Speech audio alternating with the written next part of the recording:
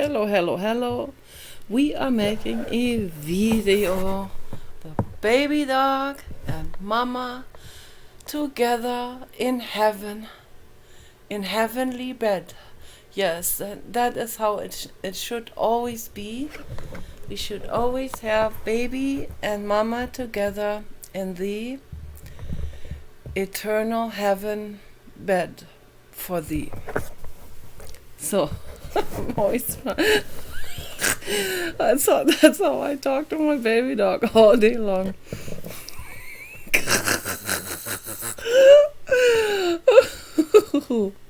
I just had a pantry discussion with Paul on how to arrange the pantry. And he got mad because I rearranged things in there. He doesn't like things to be rearranged. He said I had it all in order. And I said, I didn't notice. I didn't notice any order in there at all. That's why I sorted that out. Because I need the space. But anyway, that is my daily grind. Let's get to reality now. The reality illusion. Because the daily grind is obviously, whether it's an illusion or not, it's still happening. You can pinch yourself, okay? The grind of the pantry discussion is real. It is real enough for us having that discussion with anger and the whole thing, right? So it's not like, who would make up a reality where you are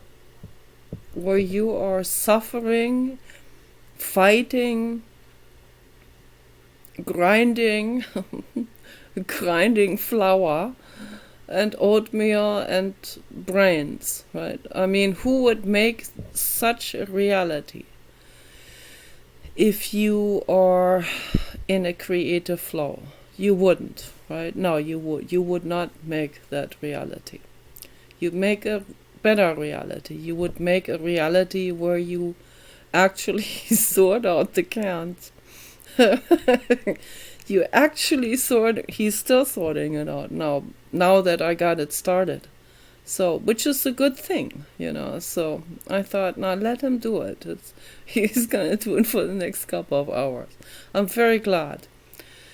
Because he likes to have control and he forgot about all the chaos in there. So now he was reminded he needs to sort out the tomato cans, the tomato puree, the diced tomato cans, and sort it out then have the string beans in the next drawer and all of that, and pasta in another drawer.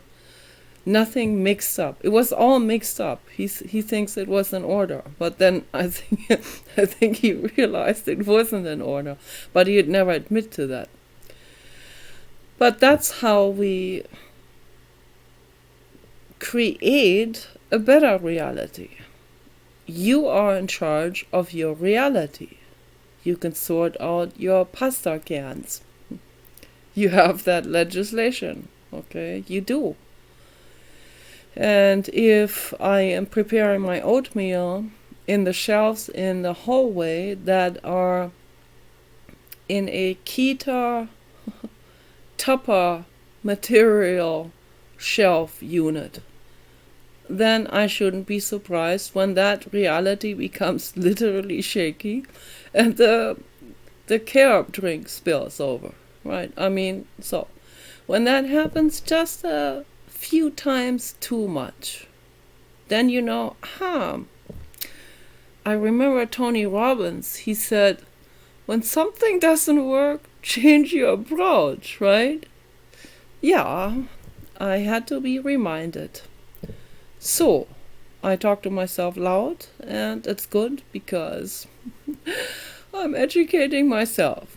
I say, wait a second here in the hallway. This spilled over now. Do we want that to happen again or not again? It's up to us, okay? So I got a towel, a wet towel that was already dirty. I wiped the stuff off the shelf, and then I decided, now I'm gonna move the carob drink into the other shelf that is not being wobbled, while I'm cleaning the other shelf, making it wobble. And then I'm gonna take all the stuff, the Tupper containers with the ingredients, and I'm gonna move it into the pantry. Luckily, the pantry is large enough and has really solid, wonderful shelves in there.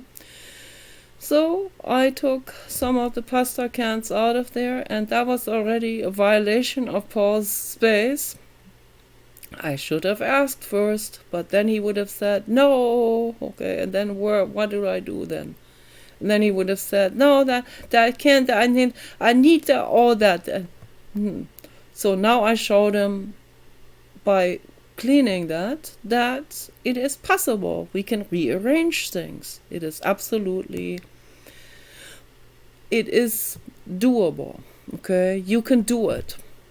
It is possible. It's in the field of possibility.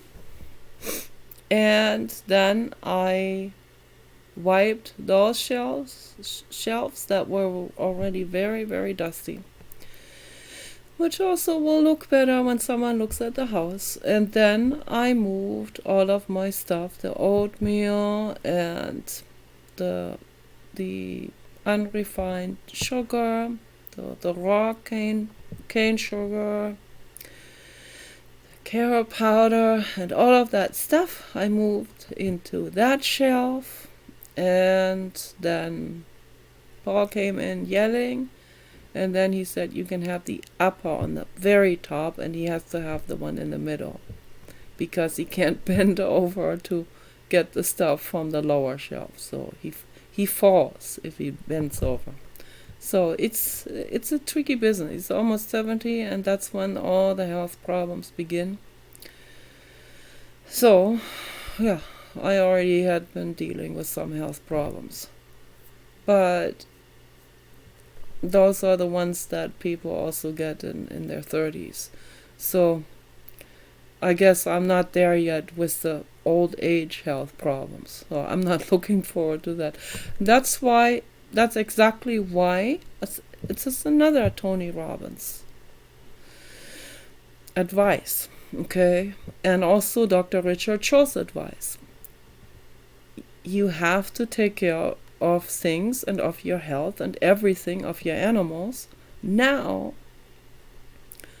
So, now and from now on, so that you are not going to have problems later on, okay? So that you can prevent things. Preventive approach. Preventive medicine, okay? So live a healthy lifestyle without stress, and with more meditation, with more grounding, with more pondering, with more thinking ahead into the future, okay? It's very, very important. This is really, it's an important example. It's a very simplistic example, but the simplistic examples probably sit the best when we think about it, because they are the most schematic. They are the most prototypical examples. They're the easiest to understand of all the examples. Just begin there with arranging your shelves, okay?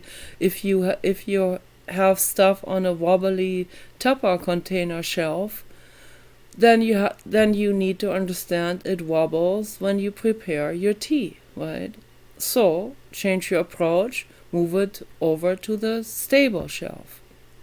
And you can also move things from the stable shelf that don't need to be wobbled into the wobble shelf, right? You have space there now. You can switch spaces. we can actually translate this to society and political issues. We can rearrange a whole freaking lot in society. Okay? Just like the pantry can be rearranged, the governmental spending can be rearranged for the better, right? And that's what the Good Samaritans are doing now. Okay? They are cleaning the shelves of the governmental pantry room. Literally and mathematically, technically, politically, financially. Okay, that's the key here. Okay, so they are cleaning the financial shelves out, but they will not leave any shelf behind. Okay, leave no pantry shelf behind. That is their mission, and they're doing it. And you and you and you and you and all, everyone should be really, really glad and grateful, instead of complaining and jumping on board with Hollywood woke shit society. Okay. Please question the news. Question the people you work for and all the Hollywood shit. Question it. Please. Please do me this favor. Billie Eilish and all of you, all Kim Kardashian and the sisters. Question things. Please, okay? Then we have a chance. If you are in the pantry, let's use that pretty example, and your pantry is loaded to the brim like the mafia, okay, with stuff you don't even know what you have in there, a hidden vault or something that can accidentally open and the entire shelf goes inward, and there are bearer bonds from World War II and gold bars in there. You didn't even know you had it, right? So, your pantry shelves, Kim Kardashian and the sisters and the mother, your pantry shelves are the most mafia loaded of all. And I'm not making fun of you, okay? I'm saying this with utmost love, with utmost love and dedication. You know you got shit cooking in your life. You know that, right? So whatever their names, whatever, forgot now the other people's names. Chloe. In Wonderland. Chloe in Wonderland. Wonderland. You signed up for X. Now you're in Wonderland. Yeah, the Wonderland of having no censorship. That is so Alice in Wonderland. We don't even know what's upside, up and down, or sideways anymore, right? That is so wondrous. No censorship? That, it's hard to even imagine. So you know, when you are even being in wonder in a pantry that's ordered, where there is no censorship, then you know your pantry is probably not up to date. You should also order your pantry and see that you don't need to buy another diced tomato can. You already have 1,000 in there, right? Including the vault with the bearer bonds and the gold bars that are hidden. You know you have all of that. You forgot that you had all of that, and some Birkin bags in there stored in there from World War II. So they didn't know better then that this is unethical, but we know better now that Birkin bags are unethical, okay? So don't buy any more Birkin bags. It's very simple, okay? It's a very simple approach to this. Don't buy any more Birkin bags. Don't buy any more crocodile leather. Don't buy any more live tortured skin items, okay? From babies in factory farms and human trafficking and gestation crates and Nile River crocodile babies, okay? Where they used literally 4 large crocodiles to make one of these disgusting Birkin bags. Just think about it. And then the kind of torture that goes into it, it's just unbelievable. I leave no activism untouched with my videos, no matter what the subject is. This is all part of the dirty pantry, okay, in the reality of society. All of that. So you start to clean out your pantry, literally. Thank me later for it, after it's all clean. Say, thank you, Nicola, for reminding me. I say you're welcome, because I care. I really do. If everyone would do this, we could eliminate world war. If everyone cleaned, just cleaned the pantry. Just literally, just did this one thing in their lives. Cleaned their pantry out. If you do nothing else in your life, and you just clean your pantry, and I really mean your kitchen pantry, okay, where you store stuff. If you just did that, leave the sink dirty, leave everything else the way you had it. The corpses in the cellar, let's not even think about that, right? So just please take the children and the women out of your cellar and let them free, and the animals too. But if you just clean out your pantry, if everyone did that, if every single person did that, then your life will get better, and all of our lives will get better. That's how much of a ripple effect that has. You would be amazed what a ripple effect these, what you call minor things or minor adjustments, what these minor adjustments can do for your life, you have absolutely no frickin' idea at all. Okay? Start there. And Jordan Peterson talked about this as well. Tony Robbins talked about this. Okay? A lot of people talked about this. Eckhart Tolle also talked, we have to clean our lives out. Richard Schultz talked about it. Clean your lives out. Eliminate the pathology in your life. Clean up the mold. I cleaned the other day at the other house. I had a mold monster on the wall. And because I'd wiped over it one time, and it was just a whimsical wipe. And then it looked like an art ghost monster that I've painted before in the past.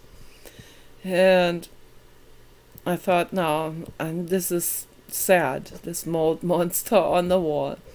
So we want to heal. Okay, so I took a 4-monk vinegar spray and a rag that I can throw away afterwards. But first I dunked the rag outside into a leaf bucket with rotten leaves in it. rotten leaves in water. That happens by itself because the leaves fall from the apple tree and end up in these water containers, and then it rains, and then these leaves get soaked in there, making a tea. And I tell you something, that is the best cleaner in the whole world. So you take a rag, and I recommend to people to really save everything, save all of your old stuff. And you can cut it into pieces and save it as rags, because there are some things that you clean that where you don't even want to put that rag back into the washing machine. It's just so dirty. Particularly if you wipe mold off, you don't even want to deal with that again. Just throw it away afterwards. So that's what really old t-shirts with holes and old underwear and all of that, that's what that's good for. And it feels really, really good. You take an old rag, you dunk it into the leaves, then you spray, you squish it out, the water, then you spray it with the 4-monk vinegar spray, and then you wipe the surface, and it cleans it like a charm. I mean, it's amazing. It cleans it so well, it's incredible. And then you just throw the whole rag away, and just cleaning not even the whole wall, but like half of the wall, made the room smell so much fresher. It's just incredible what some simple acts can do for your life. Okay, simple acts that will make your life miraculously better. It's the truth, because I have experienced this numerous times now, and I want to share that with people because I want everyone to do it. Because if everyone did that, you would become happier. When you become happier, you treat people better. And if you treat people better, and if everyone treats people better, we can eliminate World War III. Okay, it's the truth. This is how much a ripple effect this has. Okay, it's the truth. It's the absolute, total truth. Okay, so this is not Wonderland, Khloe Kardashian. Okay, this is the reality created by obelisks. There is a difference.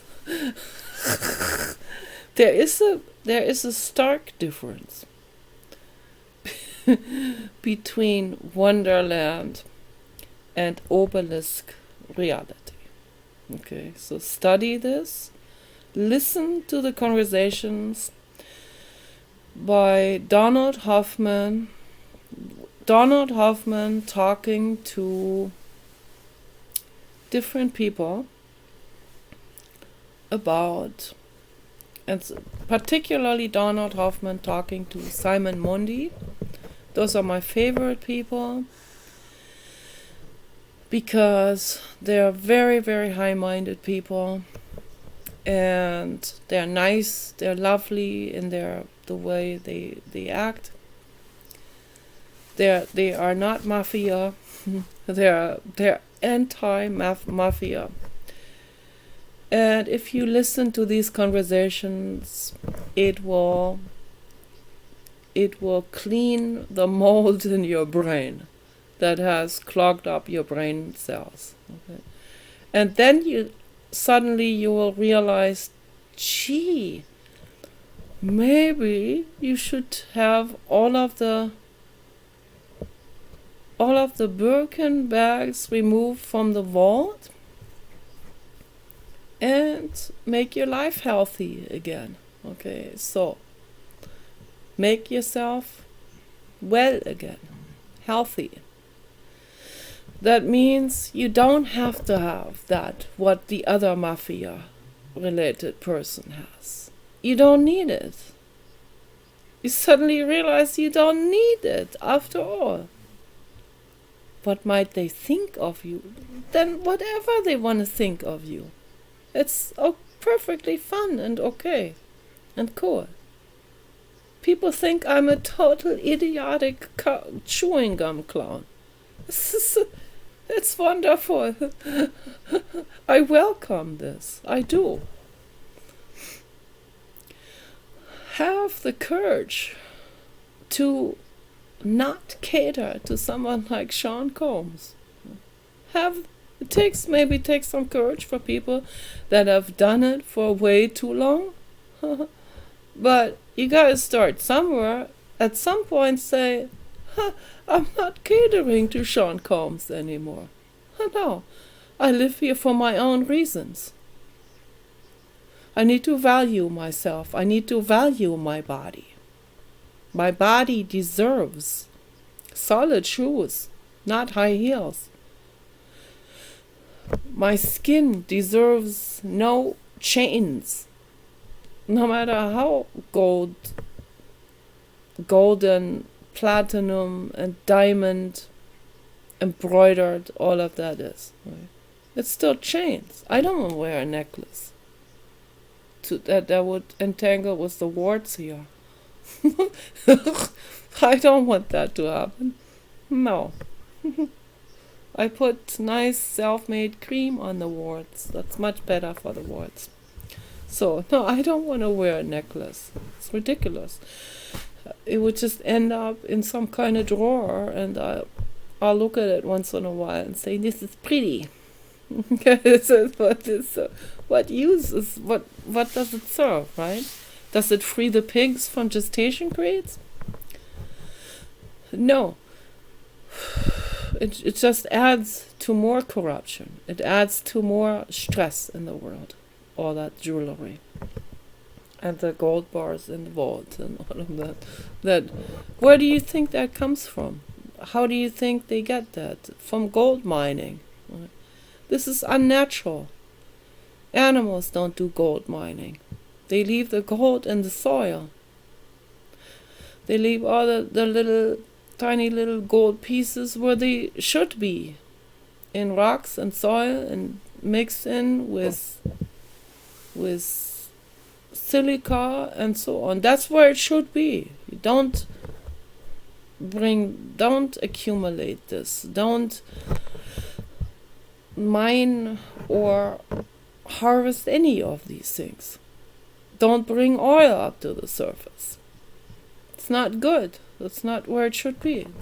Then it ends up in the ocean. That's not where it should be. Okay? All of these things. I mean, it's like gazillions of issues that I can bring up here with this. All the stuff that we take for granted, stuff that's part of our culture and so on. What is culture? Question it. Question culture. It's my culture. What does it mean, culture? It's just something that's passed on to you. It's another brainwash idea that's passed on through generations, and then people don't question it. They just take it for granted. They just take it as some kind of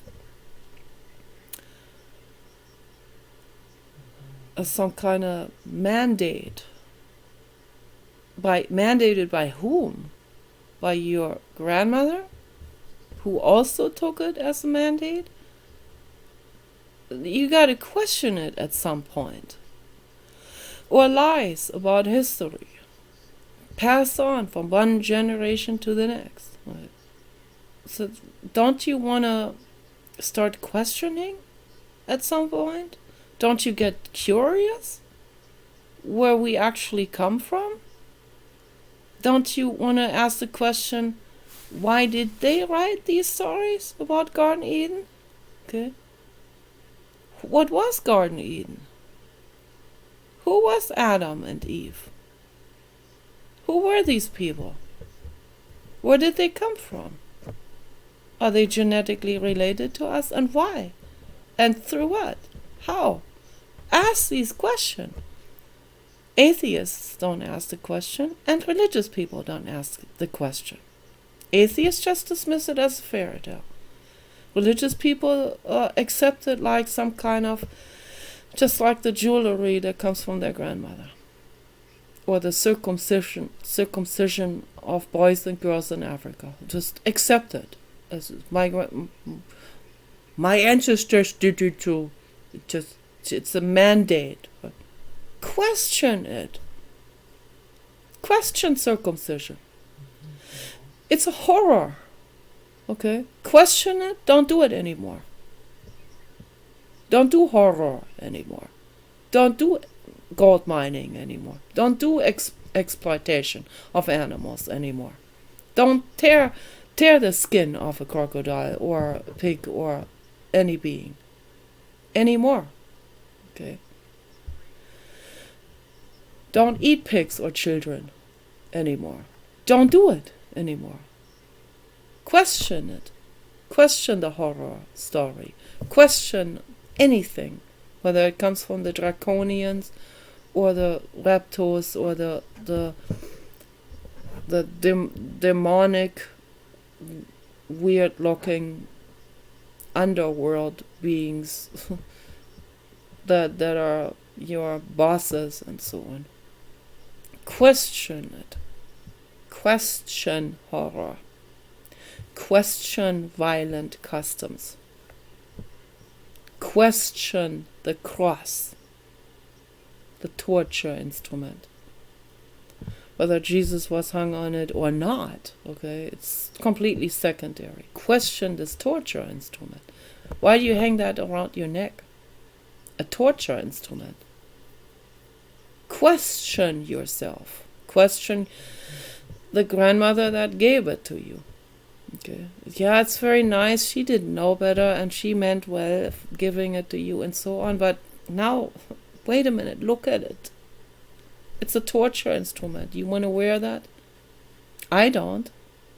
I'm not wearing a torture instrument. Take Jesus off the cross. Okay? Whether he was actually on the cross ever in history or not is secondary. It could be, I talked to Paul about this earlier, Jesus may have never been crucified on some kind of cross. I heard that came 1,000 years later after Christ, this type of horrendous torture that they did in the Middle East. Horrendous. All of the torture things are horrendous. And they need to be abolished immediately. They torture birds in South America. In South America, I heard. They torture albatrosses, like Jesus on the cross. The enormous level of total insanity in the human species is shocking and absolutely unthinkable. It's just the horror that humans have done on this planet is total hell. And that's what I think about a lot, particularly when I go to sleep at night. I think about these things. And I pray to the blue God to protect and rescue all living beings. Every night. That's my appeal with these videos. Stop torturing living beings. My God. So, and the Birkin bags come from torture, and all the animal skins come from torture and horror. All the fur comes from torture and horror. End it now. Don't buy it anymore. Don't buy it. You can make your own fur out of synthetic materials. Okay. Make your own fur pillows and your own plush blankets that are 100% polyester or other synthetic materials. Okay. They look good too. We can make amazing stuff out of this. Absolutely amazing stuff. The sky is limitless. Okay, with this, absolutely limitless. There's limitless heaven that we can create here on earth if we are willing to do it. But it means you can't cater to Sean Combs anymore. It means you need to question these pimps and these mafia bosses and these criminals and these Hollywood directors and producers and record company owners and sports team coaches and owners and all of these people, okay, all executives. It means you have to question all of them, question it all, and do your own thing. Do your thing that comes from kindness and love and nothing else. I'd rather be alone. I'd rather be a loner. I'd rather be a nerdy, homely dork. And that's wonderful for me to be that. I'd much rather have that than be somehow involved with shitty fundraiser galas with shitty fake people and fake everything, fake friendly and all of that. To me, when I see that, I have to walk away. When I see fakeness, I have to pack up and leave. I cannot stick around. I don't like it.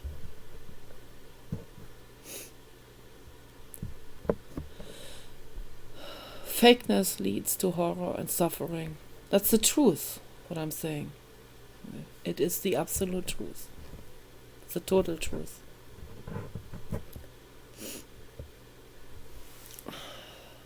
I've seen it all in my life. I've seen it in Germany, I've seen it here in the United States. I've seen this entire picture. The entire picture of cause and effect. I've seen it all. So the advice that I'm giving you is rock solid. Act from kindness and love. It's not like this kindness and love, or that's not like you're putting yourself into some kind of puritanical state or on some kind of pedestal. Okay. Has nothing to do with this. Act from kindness and love, and that is act from your heart. Act from compassion and empathy for other living beings, for all living beings, animals and children and women and people and reptiles and reptilians. The reptiles should have some empathy for the crocodiles, but they don't.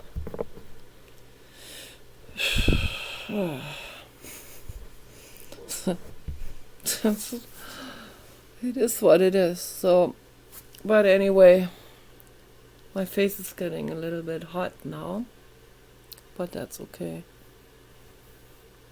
So my hair is curling up. That's why it looks so. It's curling up a little bit. That's why it looks extra short in the bangs. But that's okay.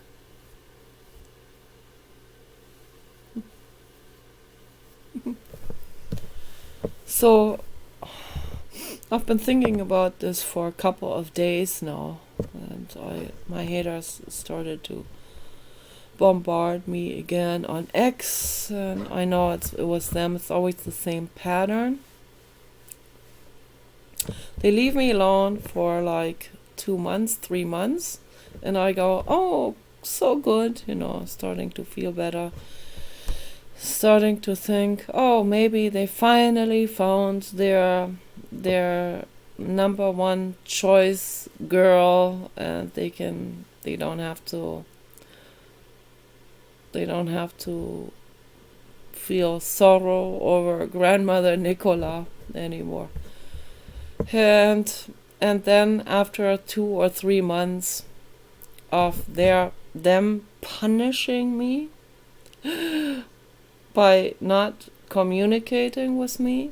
They never communicate directly anyway, so it's a sideways drive-by hate commenting. To them, that is the highest.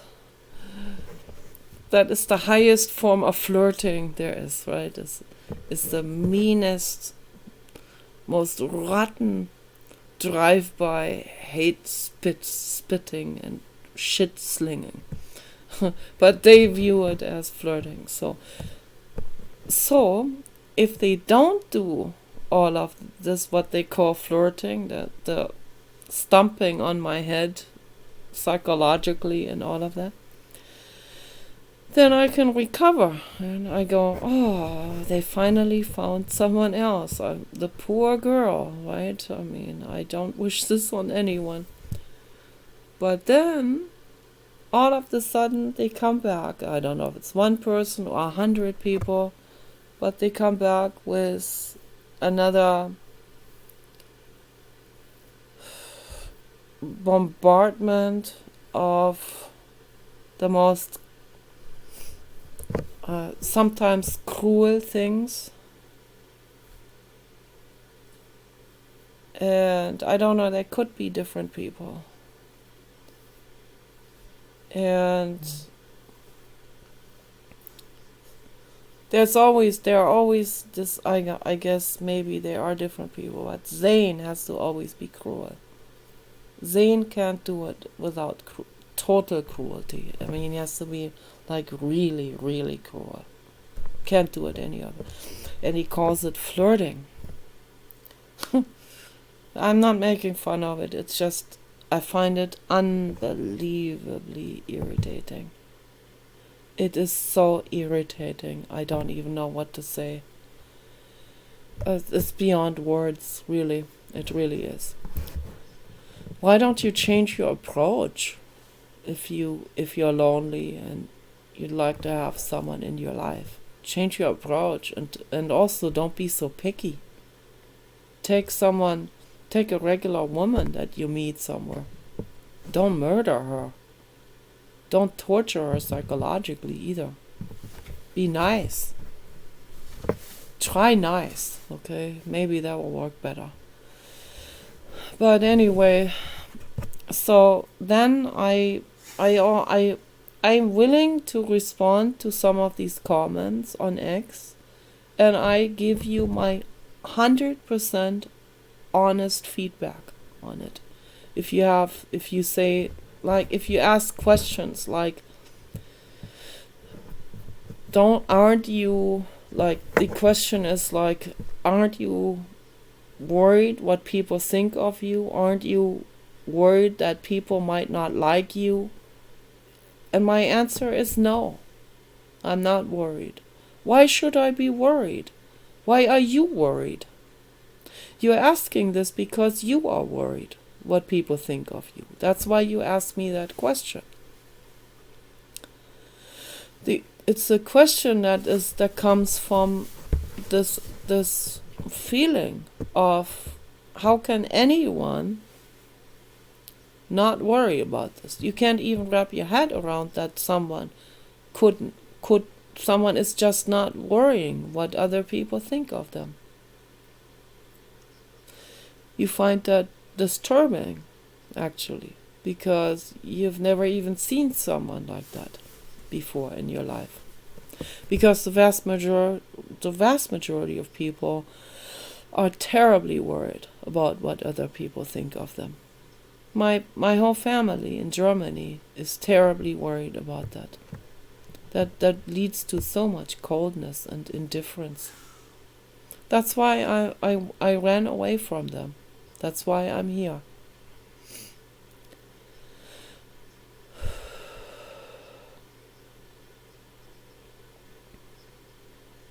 My brother is consumed with that, what other people think of him.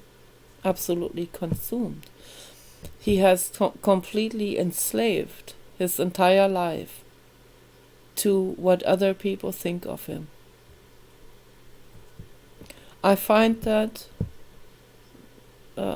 besides thinking this is insane and thinking this is incredibly annoying and irritating, I find it sad, and I feel sorry for him, and I feel sorry for everyone that has enslaved themselves to society and what other people think of them. I mean, if I'm concerned about what my dog thinks of me, that's a whole freaking lot better, right? Because, or anyone, or Paul, or anyone I care about, anyone who really cares about me, that's a different story, okay? Because, of course, I want them to like me. Of course, more than that, I want them to feel good. I want them to feel safe around me, okay? That's a different type of, that's a whole different type of mental state than to be worried about what some mafia person thinks of you, or some CEO, or someone in a fundraiser gala, or some gallerist or some Christie's art dealer thinks of you. I don't give a hoot. I really don't give a hoot what some Christie's or Sotheby's art dealer and art collector thinks of me and my art. I could not care less. I really couldn't. And it doesn't matter, okay? If someone likes my art, then they like my art. If someone likes my art, then that's a cool person. I think of them as a cool person. Okay? There was a gallerist, I'll never forget this, on Rodeo Drive in LA. I went to a gallerist with a new art photo book in my hand, with a photo folder, a real nice one, a real large oversized photo folder book, and I put photos of my artwork into it, enlarged photos of my artwork into it, really, really nice photos, and I showed it to him. I said, these are a few of my artworks, and I am looking for a gallerist because my art is good and I want my art to be seen. He looked at it and he was shocked. He said, "Oh, this is very good." And then the question, "Are you known?" I said, "No, I'm not known." Well, I gotta start somewhere, right? In order to get known. Well, if you're not known, then we can't take some unknown artist. We can only take a known artist. Well, how do the unknown artists become known then? They don't, right? They will never become known, because only the known artists can be taken in. Only their artwork can be shown. Okay, so I have a problem with that. Yeah, I do. I really do. But it didn't matter to me whether I thought cool that he liked my artwork. But how totally uncool that he cannot give me and my artwork a chance. Okay. That's really uncool, is that? But that's how it went with every single gallerist. And I gave up at some point. And I said, okay, then don't. Okay. So I'll just sit on my artwork. But I'm not going to stop making artwork. That I won't do. Sorry, I will not stop. I'm an artist. I will continue to produce art, whether you like it or not. And even if it ends up on a landfill, I have to continue to make art. And the beauty about it is that I use trash, and I use trash items, and I use salvaged items, and I use packaging material that often ends up in the landfill. Most of it does, even if you bring it to the recycling place. And Paul does. Paul brings it to the recycling place, most of this. But some of that I make artwork with it because it's there already, so. And most likely isn't even getting recycled. So I reuse it and make artwork with it. I don't know if anyone else in the world doesn't. There are a few people in the world that make something out of salvaged materials. So, and they're all my soul friends, all of those. They're amazing people. So, and my role model, Vivienne Westwood. So, and she would never use the skin of a living being for anything. So she's a real role model for the whole world. So I think the pantry example, cleaning your pantry, this is a very, very neat and clean metaphor standing for anything else in the world. Our psychology, our minds, our lives, our clutter, our decisions that we are making.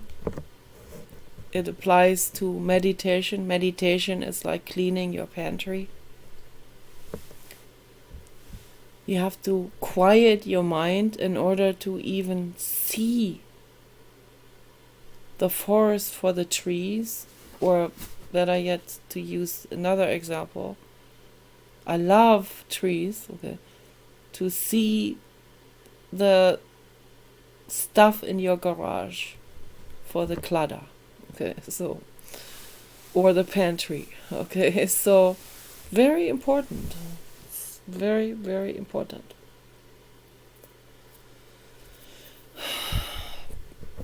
So one of the questions that my haters were asking on X is, if you don't drink or smoke or take drugs or follow any other addiction, whether, like gambling or porn addiction or clinging to a woman desperately on the internet who is afraid of you in person, so, but you cling to her anyway, you keep bombarding her, and it's an addiction. Okay, so, and the question was, how, if you eliminate all of these addictions, if you don't give in to any of these addictions, then how do you escape from reality? So this question implies, and I'm not Please understand this. I see where you're coming from here with this, okay? And I appreciate the question. I really, really do. I just see that obviously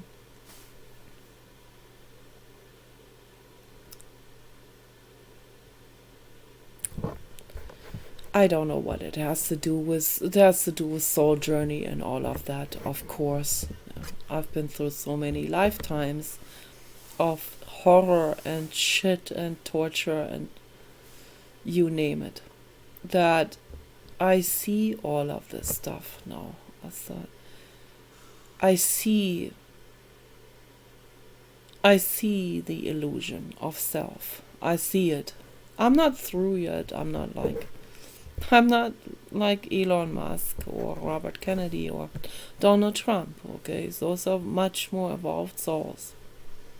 They have way more lives behind them, okay, than I had. I'm in the middle of soul development. But I see that I've always been able to question all of this. All of the exploiters and all of that. That's because I've been halfway through the soul school. I already know all of this.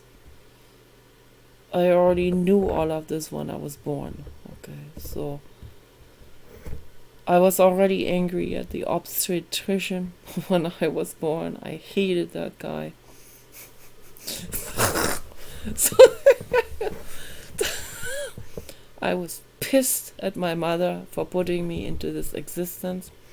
I was literally born screaming. The moment I cleared my lungs, I started screaming. And they thought that was normal to scream. No, that's not normal for a baby to scream.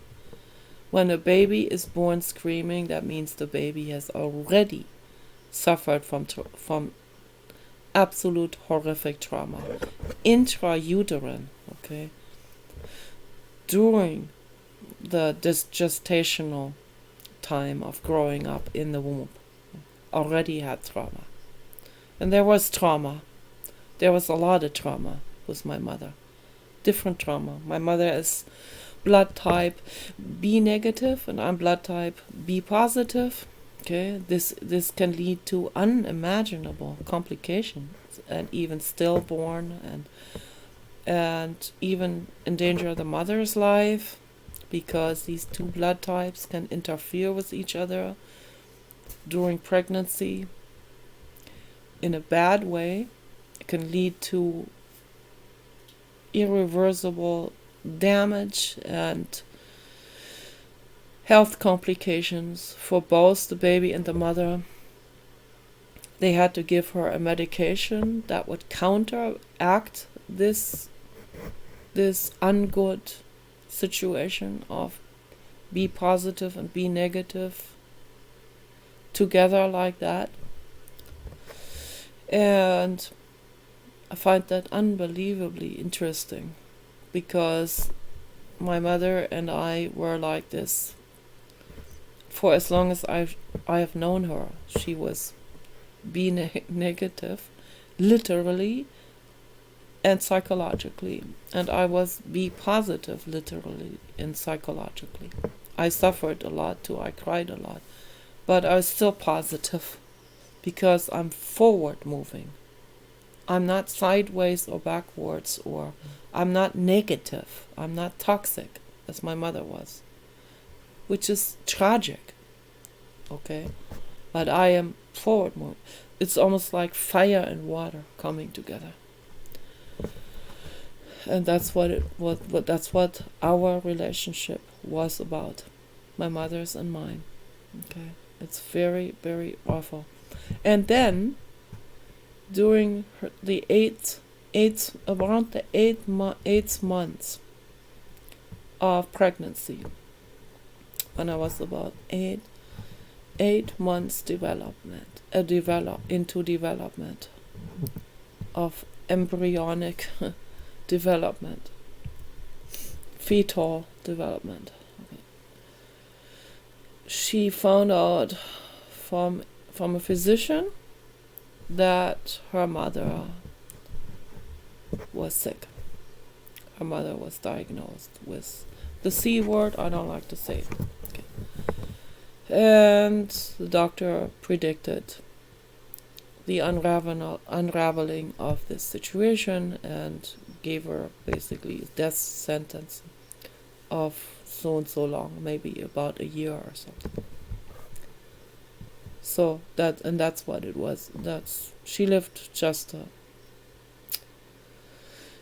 for about 2 or 3 years after that, before she died from that. It's a horror. And for her to hear that, because she was very attached to her mother, for her to hear this diagnosis, it was devastating. And that devastation, and here's how this devastation translates to the baby in the womb. At any stage, it's horror at any stage, okay? Absolutely horror. For me, it was during the 8 months development. And that's when the baby is like, the baby is already a baby. Okay. The brain is developed enough to actually feel all of that. But you can feel all of these horrible things at any stage. Okay, it's traumatic and dangerous at any stage. Actually, the earlier, the worse it is. Okay, it really is. So, but the way that felt to me, and I know this from numerous recurring nightmares that I had. These things appear in my nightmares and dreams. Endlessly recurring dreams.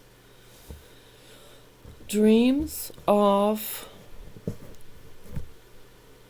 a flowing landscape with the steady heartbeat of my mother, and a red flowing landscape and peace and togetherness, and feeling protected by the walls of the womb, to a sudden, abrupt, sudden burst of this peace into something that I can only explain and translate as, in order to make this somewhat visually understandable, what that baby goes through, from a peaceful flow of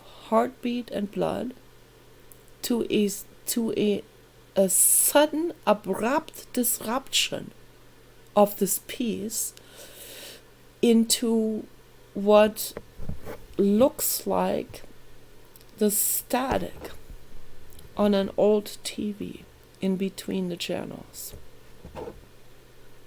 Like a chaos. Fizzling chaos static. Okay, on the monitor. Peace to chaos static in 1 second. In a split second.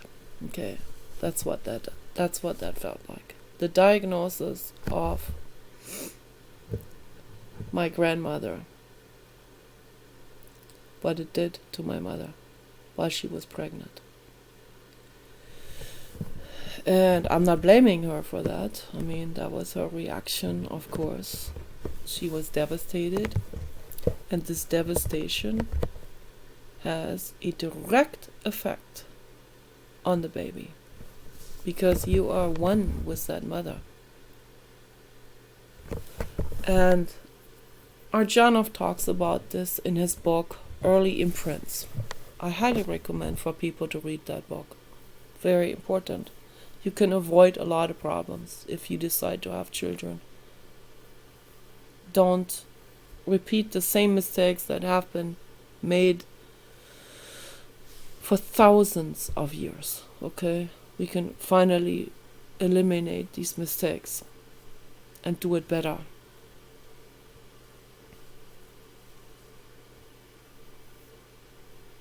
I'm doing this to comfort myself.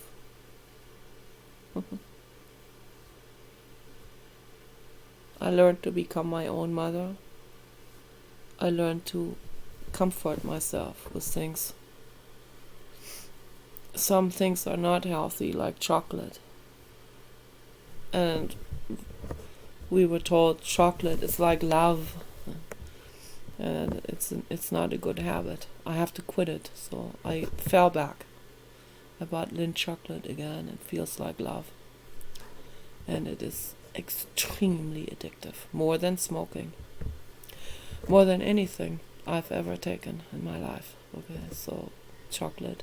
Particularly Swiss chocolates and Toblerone and Lindt chocolates. Those are the most addictive ones. And they're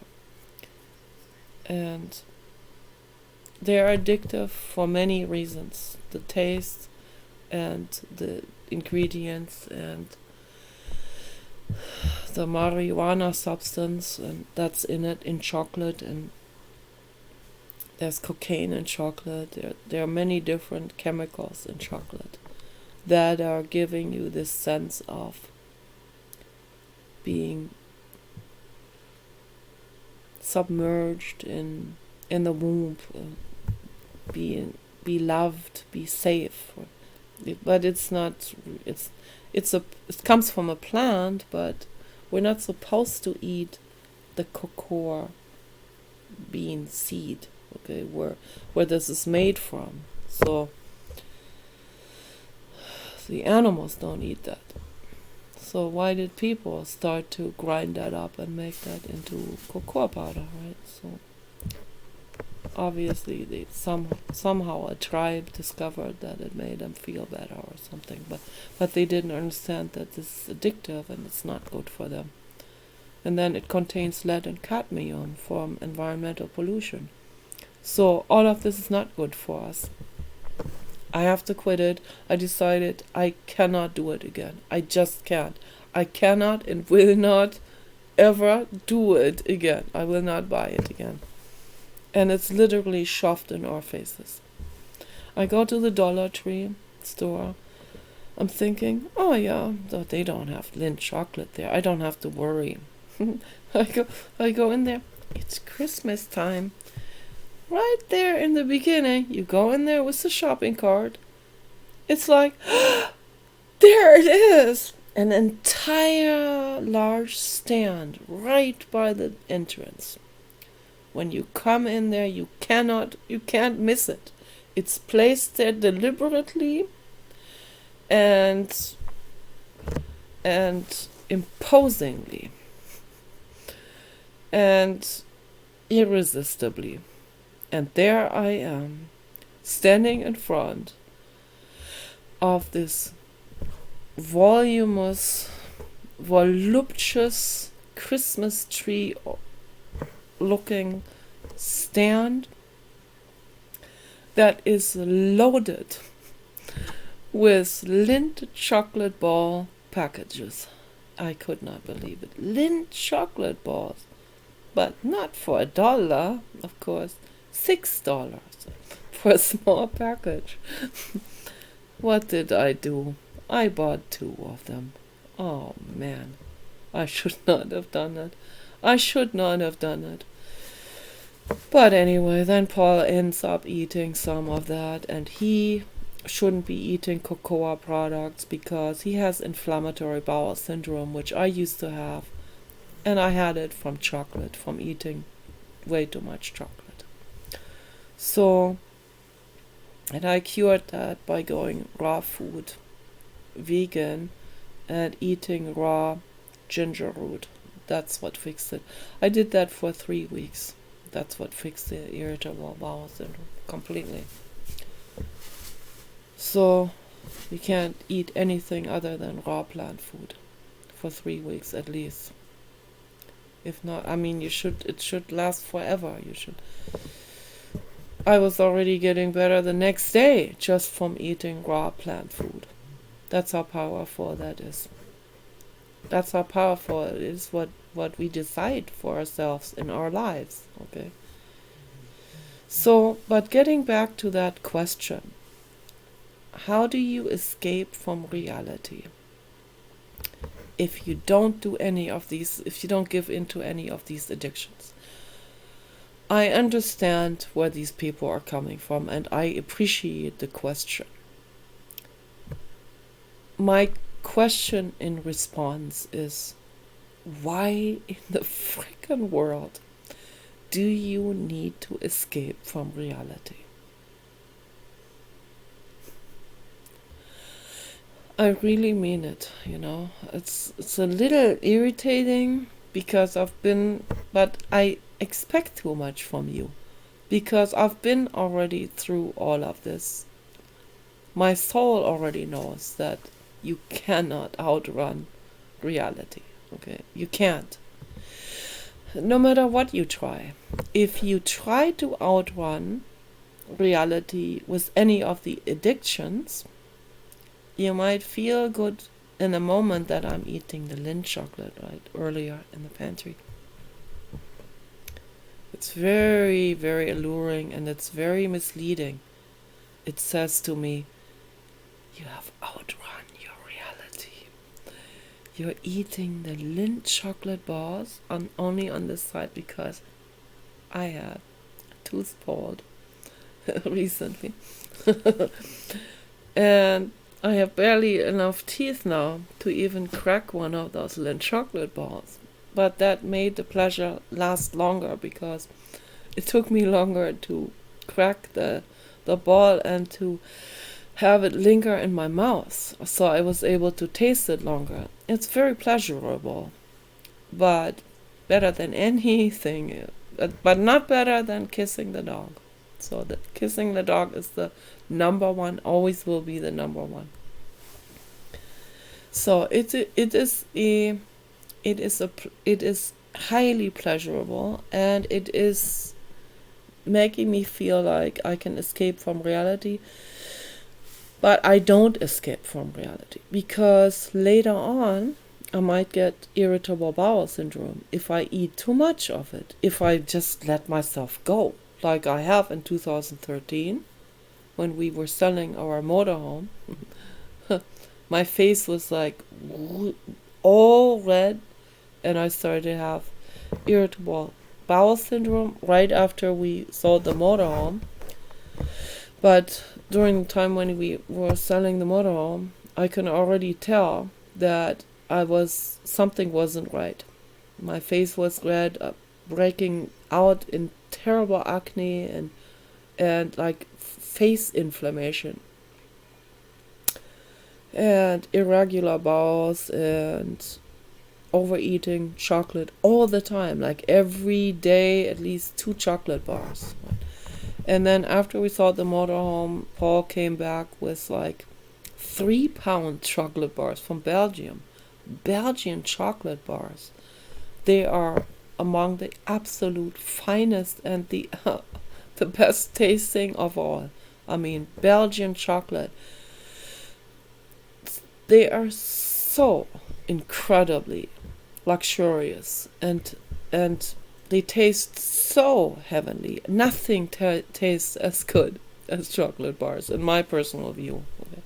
But that's why it's so addictive. That's why it's so bad. Okay? That's why I can't do it anymore. Just cannot do it anymore. And so I ate this on this one day, I remember, at the other house.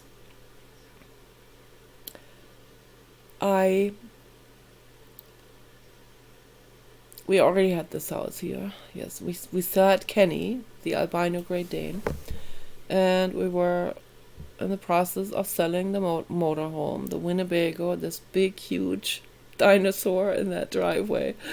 And Paul wanted to get rid of it because it was constantly breaking down. He felt sorry for the person who bought it.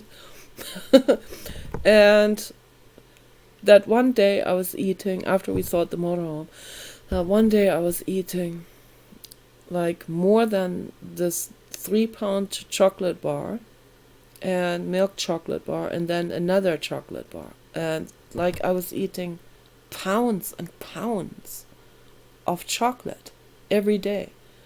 And all of the sudden, my bowels couldn't take it anymore. And it was hurting my gut biome. Okay. It's hurting the natural acidophilus and the natural good bacteria in my intestines. And it was inflaming the microvilli that are inside of the intestinal walls that are taking up the nutrients. They were starting to get inflamed, and because of this inflammation, it was a signal to them that there was something not good inside of the bowels, and it wasn't, obviously. And it signaled to the body to create the peristalsis all the time in order to flush that out of the guts. Okay, so, and then it started to flush it out all the time, and then I had liquid diarrhea every day. This went on for 3 weeks. It was so bad. I was crying. I didn't know what to do. It was terrible. And I didn't even get the idea to quit the chocolate. I kept on doing. It would have gone on, okay? And he is doing it right now. And I told him today, I warned him. I said it over and over to him. I had irritable bowel syndrome from eating too much chocolate. And so I don't know if he's listening to me finally, because it's really bad. He has it really bad. So he thought he had salmonella, but it wasn't. I can tell it's irritable bowel syndrome. So I told him he has to quit all the cocoa products, all of it, all. And I have to help him by not buying it anymore. And I'm so addicted to it. It's awful. It's an awful, awful addiction. For me, much worse than alcohol or any of these other things. Okay, that's the truth, what I'm saying. For some people, it may be something else, right? But this is the consequence. And this is the real harsh reality that kicks in if you ignore reality, right? You ignore the reality by indulging in the taste of Toblerone and Lindt chocolate bars. In this moment, right? This moment, like now or never, and this moment of 5 minutes maximum of pleasure to escape reality, and then you have to pay the price for a much harsher reality down the line with irritable bowel syndrome and literally shit hitting the fan, right? I mean, literally, you end up in the ICU. Unbelievable. By the time I went to the doctor, then the next day, after 3 weeks of irritable bowel syndrome and liquid diarrhea, I said, this is it. I have to see the doctor. I made the appointment. I went to see the doctor. By the time I went to the doctor, the night before, I had already started on raw food. And did that for 3 weeks. And then I had a raw ginger root in my pocket that I was eating while I was at the doctor. And I showed it to the doctor. I said, I started on the raw ginger root and raw food because I know that's going to fix it. And I was lucky to have the right doctor who said, I agree with you, this is going to fix it. But still, we have to do some stool samples and all of that. By the time I brought the stool samples in, they didn't find anything wrong anymore. So they said, your gut biome is recovering and is getting back to normal. Just from raw food. Eating raw food and nothing but raw plant food alone. Okay, That's what fixes your gut biome. It's the truth, what I'm telling you. I have done it. I've personal experience with this, and I know from numerous other people, and from Dr. Richard Charles, that this is the truth. Okay, so, and the doctor really admired that I was eating this raw ginger root, because a lot of people wouldn't like the taste of it, and it kind of tastes soapy.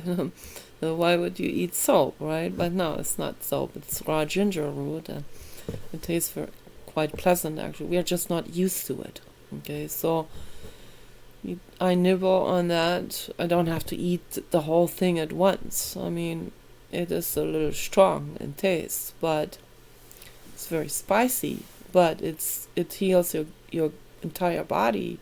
It heals your liver, your gut biome, everything. So, and that's how I fixed it. And then after 3 weeks, I fell back into normal food, like pasta and spaghetti sauce. And Paul pushed it on me, and that was not good, because I wanted to stay raw food. I would have lost all the weight, all of it, would have had more energy, would have been able to go hiking for 10 miles every day, right? That would be really, really good for my health, absolutely. But I just couldn't. I'm lazy. I indulge, and I'm very much into food and eating, and so it was too difficult for me. And then after a while, I went back on chocolate even, and all of them. But I didn't make the same mistakes of eating 3 pounds of chocolate every day. So that I didn't. I had to be careful. I had to be very careful. It was painful. It's even more painful for me to just eat a little bit of chocolate and not more, right? Just eat a little bit of chocolate.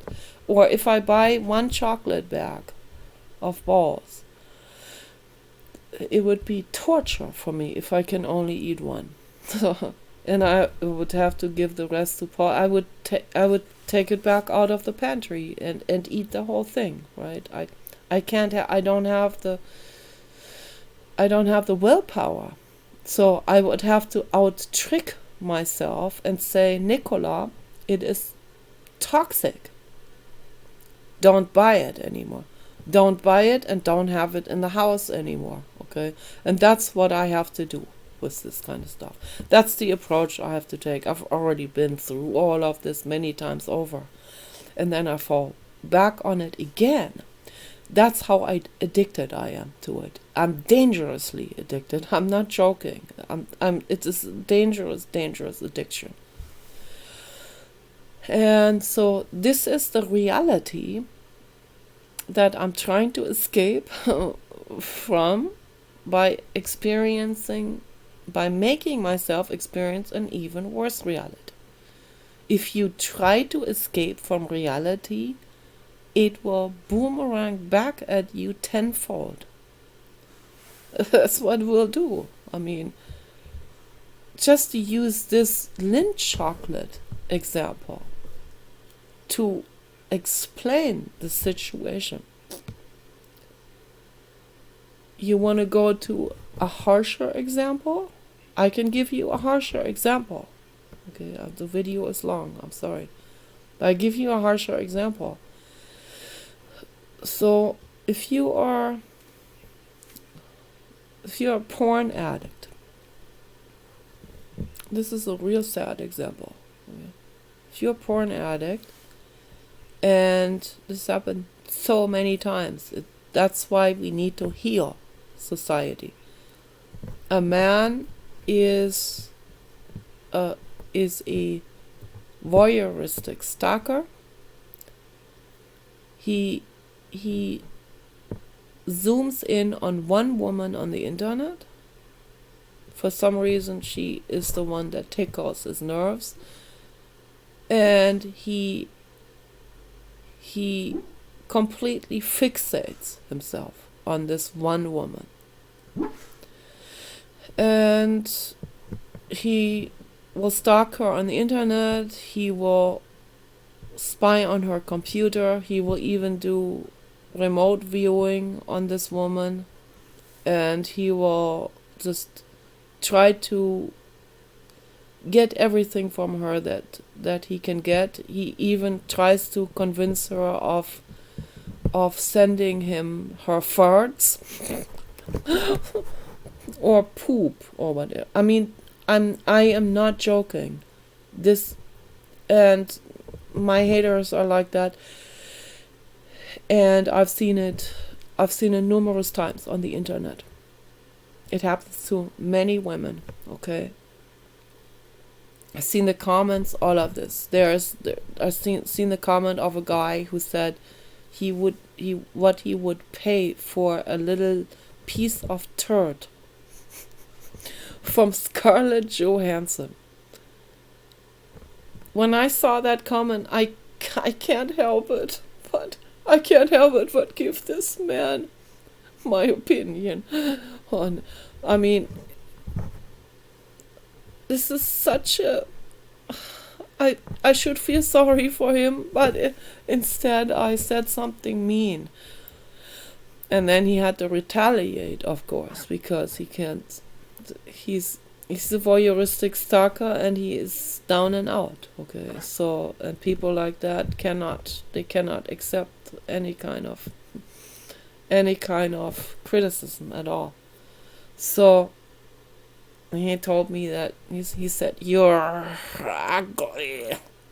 I said, "Okay."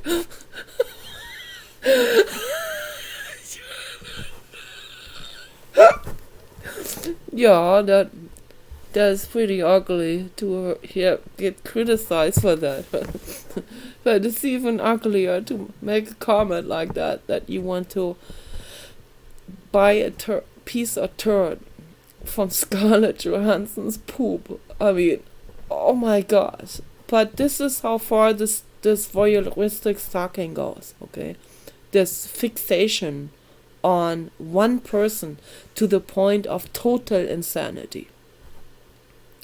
Where, I mean, they would do anything to get any kind of body excrements or fluids or whatever. Better even vagina juice, of course.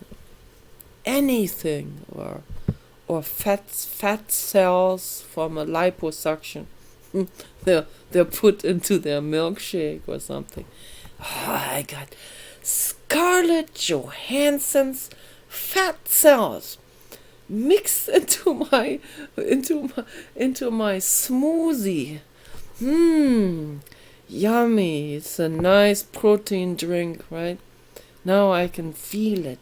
I feel her in me. That's how they're thinking. It is fanatic obsession. Okay, that's what it is. And that's pathologic. This is mental illness of the worst type. I'm sorry, baby dog. And this mental illness, I'm sorry, baby dog, welcome up. And this mental illness, what this mental illness does, as you can imagine, just extrapolate. If one of these stalkers if one of these stalkers finds out where she lives, it's just a matter of time until he travels there, even halfway around the planet. He will not shy away from any expense. And there was a guy that traveled from Australia to New York to get even with the woman he was fixated on, because she told him to fuck off or something, I guess she must have flirted with him for a while, and then he was becoming obnoxious, and she just said, "Leave me alone." And that was too much for him to handle, so he traveled all the way from Australia to California, and then he somehow, I guess because of the Mexican border, he was able to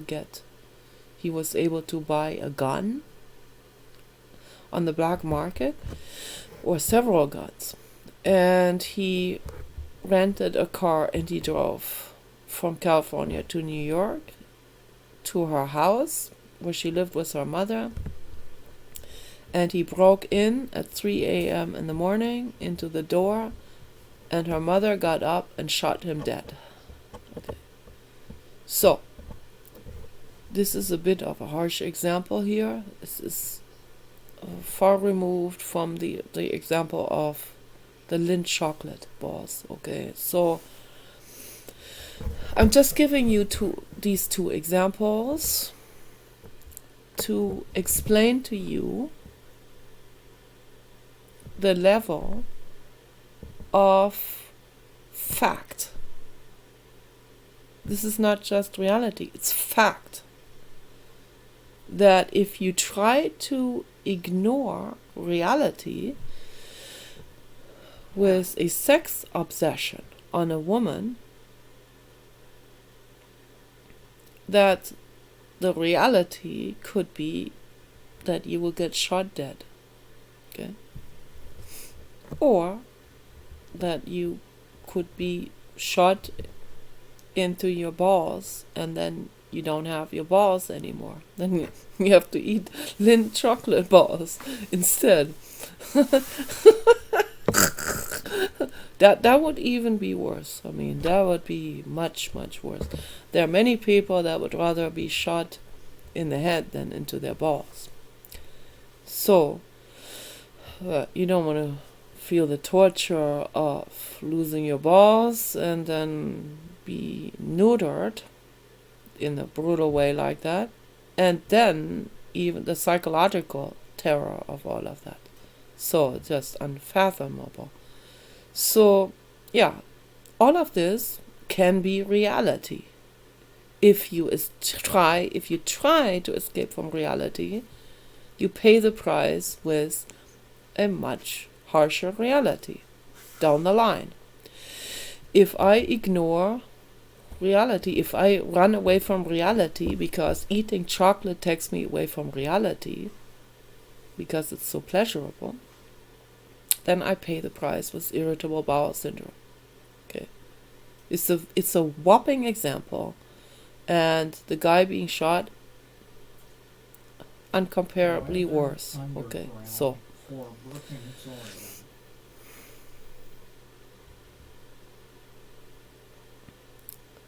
I can give another example. You are trying to escape from reality with heroin. Reality is still there, and it will become worse, the reality. You go from a mildly addicted reality to a severely addicted reality. You go from relatively healthy, to sick. I've seen these people locally also. Here in Oregon, they even made drugs legal for a while. That shot backwards really, really fast. And we've seen these people. There's this young girl, like 24. She has already lost all of her teeth because she's a heroin junkie. Paul gave her stuff. He felt sorry for her. She's homeless. What a horror, okay? These people need to be rounded up and put into institutions. They're not well, okay? They shouldn't be left there on the streets, prostituting and taking drugs. What a horror. If we have any possible compassion, we can't allow something like this. But this is what she did with her life. She tried to escape from reality. The price she pays for that, she's losing her teeth, she's losing her looks, her youth, she's losing her entire health, she is becoming a complete shadow, she's becoming a ghost, a zombie, and a half-dead person. That's a reality that that she had to pay with by trying to escape from reality. So now, does it get any worse than this example? Is this example that I'm giving you now, is this good enough of an example? Are these 3 examples sufficient enough for you to understand that you cannot outrun reality? That you cannot outrun or outsmart truth? I hope this sticks now with your brain. I hope you understand it fully, psychologically and mentally and cognitively. I hope you understand this now. You cannot outrun reality. And you can't also retaliation, anger. You're in this moment of anger. It's like an addiction too, okay? You want to get even. You think you can sleep better. No, you can't. Okay? You can't sleep at all anymore after you murdered someone. Because it's horror. You look over your shoulder. You become paranoid. You even think the person's coming back to haunt you as a ghost. All kinds of things that you will be thinking. Okay? Just the horror of this situation itself was traumatic for your entire body. Even though the ego convinced you to do it. This is reality. You can't escape reality. Okay? Calm down. Let off. Let off that other person. Let off the addiction. I have to tell myself that. Okay? Let off the addiction. You pay a high price for that addiction. I can't just eat one chocolate. As most people probably can just eat one chocolate and be good with it. I can't do it. So, I'm addicted. So, I can't buy it anymore. That's all there is to it. It should be illegal, that kind of stuff. But what really needs to be illegal is drugs and alcohol and nicotine products. That really needs to be illegal. We can't have that legal. And the people that take that, all of these homeless junkies, they need to be put in a sanatorium, okay, where they get real help. And if they fall back on it when they come back out, they will stay in the sanatorium for the rest of their lives. And that's how we should have it. 2 strikes, okay, so first strike, you go in the sanatorium. If you are rehabilitated, you go back out. You start it again. You go back into the asylum and you stay there for the rest of your life. And that's how we need to have it. And then people would start to straighten up quite dramatically. The amount of addicts would the amount of addicts would go down to 5%, maybe. Just by having this incentive, okay? Just by having a complete restructuring, reorganizing of the pantry of the government, of society, okay? In this way. So, reality, okay? You cannot outrun reality. If you take LSD, the same thing. Okay? You cannot outrun reality. You see even more reality if you are on a substance. You see even more stuff. You even more monsters that you normally wouldn't see. And it's all there. Okay? Why do we want to see this extra stuff that we can't even process? You can see unimaginable stuff that will frighten you to death. Ghosts. Okay? You see ghosts when you take these drugs. Is that what you want?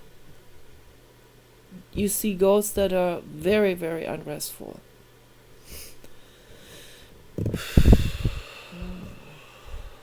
I've Asperger's and I'm psychic, and I don't even need to take this kind of stuff to perceive certain things.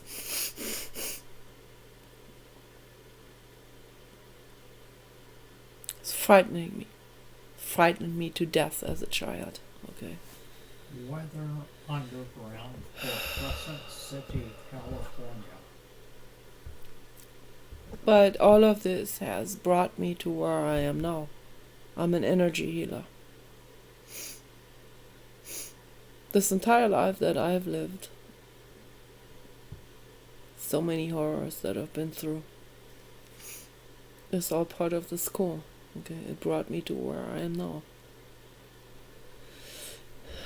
An energy healer with tremendous knowledge about the stuff that, a lot of stuff that I can't even put into words.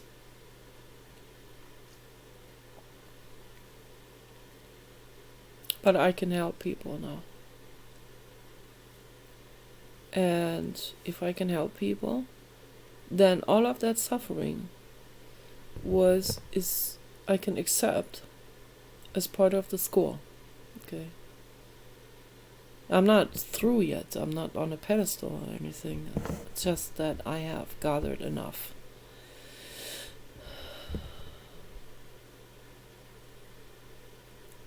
knowledge and wisdom and just internal psychological knowledge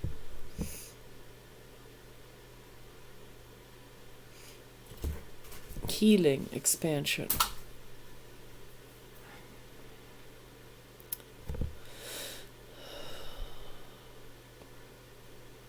It's a mental state. It's a healing expansion state.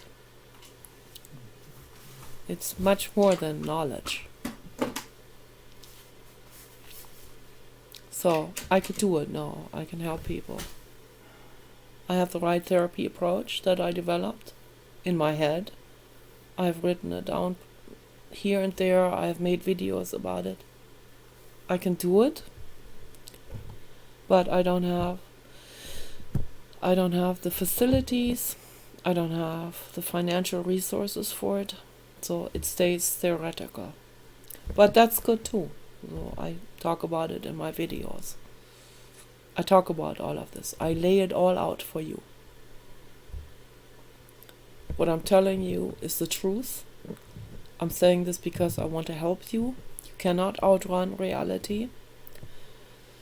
Trying to outrun reality will make you pay a high price that you should not have to pay. Enormous suffering that I don't want anyone to experience.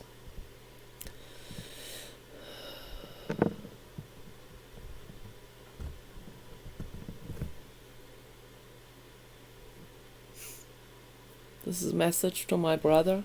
Okay. You cannot escape from reality and truth.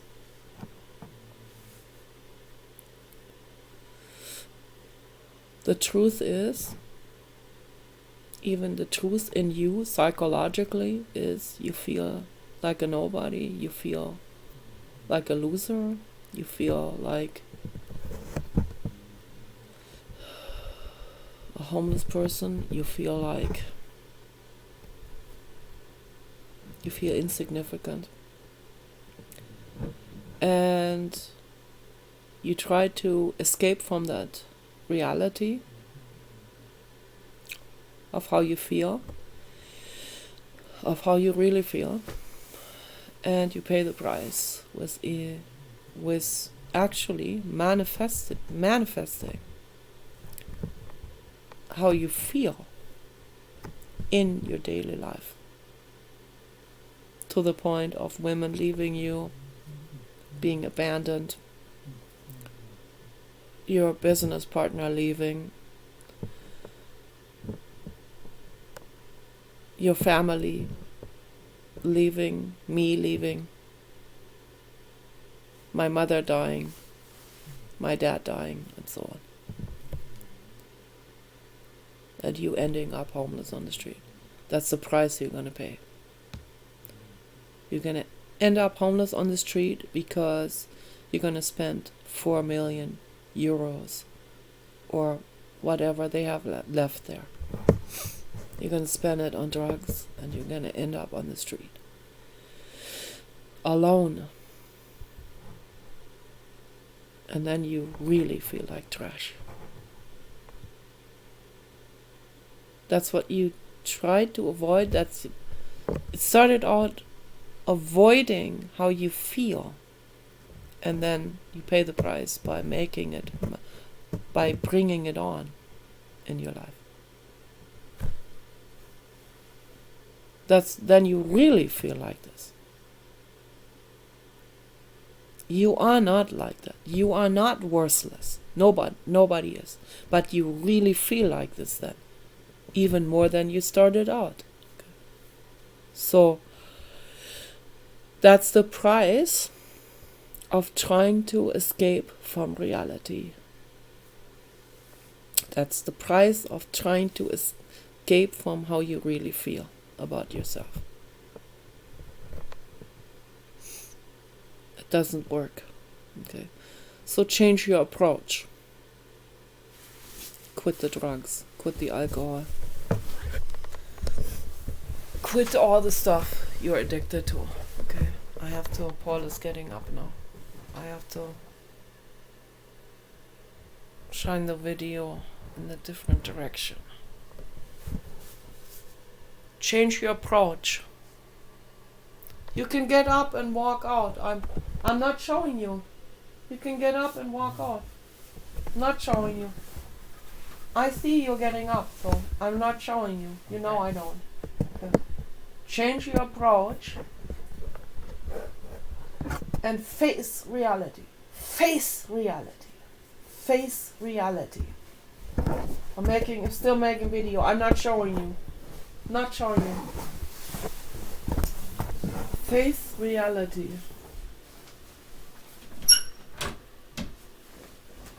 Okay. Face reality. I face whatever there is. Okay. If something doesn't work, if the pantry is cramped, I have to sort it out. Okay. I'm facing the reality that the pantry, the way we had it, is not working. Okay? So I change my approach. I reorganize and structure the pantry. Okay? That's what I do. It's what I have to do.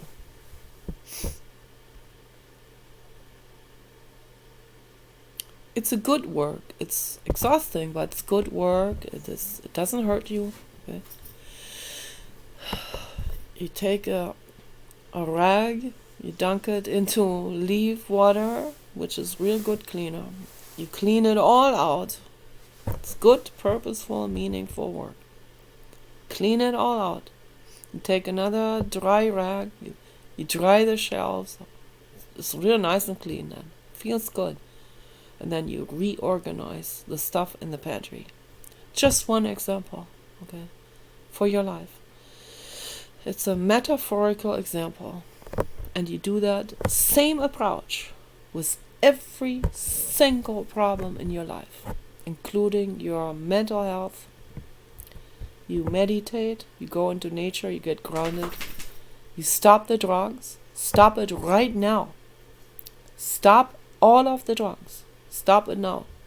Don't take it anymore. Don't smoke anymore. Don't drink anymore. Throw the cigarettes away in the trash. Throw that away. Don't bring it in your house anymore. Clean your house. You don't need it. Okay? You don't need alcohol.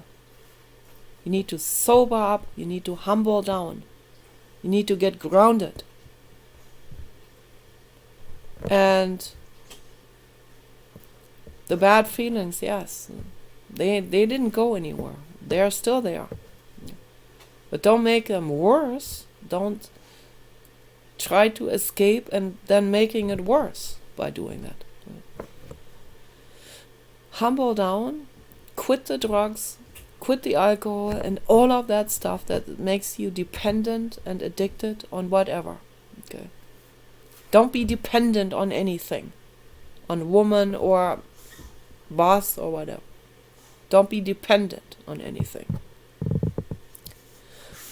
That's how the mafia works. They make people dependent. That's how the corporate agenda, the cabal works. They want you dependent. The Hollywood movies are all geared towards that. Quit it all. Question it all. Don't be dependent anymore. And straighten your life out. You are in charge of your life. You can clean your pantry, or you can keep it cluttered. What's better? Which one is better? Okay. It's up to you. It starts with these simple approaches. Simple changes in your life. And there's a bunch of movies, a bunch of narrations on YouTube now that are coming from the AIs. It's coming from the world of the ether, from the quantum realm. Because these AIs understand much more than most people do. And they bring us fairy tale stories that are very realistic and that show us the better approach to life. And some of these stories are absolutely precious. They're real teachers for the human species. And I hope a lot of people watch those. I hope a lot of people watch. So, the video is getting really long. I'm going to have to make another video to get more into it. With those videos that are out there on YouTube. They're real important videos from the AIs that teach us how to straighten out our lives and how important it is to do it. Even the minutest actions can lead to going absolutely onto the healing path. Okay, so you think that might be below your dignity or whatever. Do it anyway. Dignity is just cabal brainwash. That's all it is. Forget about dignity. Start to go on the healing path. And you, from scratch, start to restructure and heal your life. Okay? Peace and love.